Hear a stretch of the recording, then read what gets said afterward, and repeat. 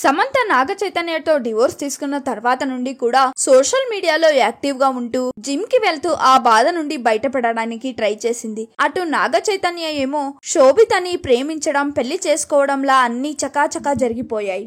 దాంతో సమంత మాత్రం సింగిల్ గానే ఉంది. తనకి కూడా ట్రూ లవ్ దొరికితే బాగుండేది అని ఫీల్ అయ్యారు ఫ్యాన్స్.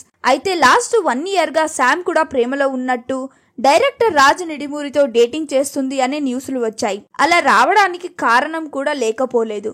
తరచూ ఇద్దరు కలిసి కనిపిస్తుండడం, శుభం అనే మూవీని తీయడం లాంటివన్నీ న్యూస్లో నిజం ఉంది అనే డౌట్ ని క్రియేట్ చేశాయి. బట్ అటు శామ్ నుండి కానీ ఇటు రాజ్ నుండి కానీ ఎటువంటి కన్ఫర్మేషన్ అయితే రాలేదు. యాక్చువల్ గా రీసెంట్ గానే ఇద్దరు దుబాయ్ వెకేషన్ కి వెళ్లిన ఫొటోస్ బయటికి వచ్చాయి. ఇప్పుడు ఏకంగా రాజ్ తో పాటు తన సిస్టర్ తో యుఎస్ ట్రిప్ లో ఉన్న ఫొటోస్ ని షేర్ చేసింది సమంత.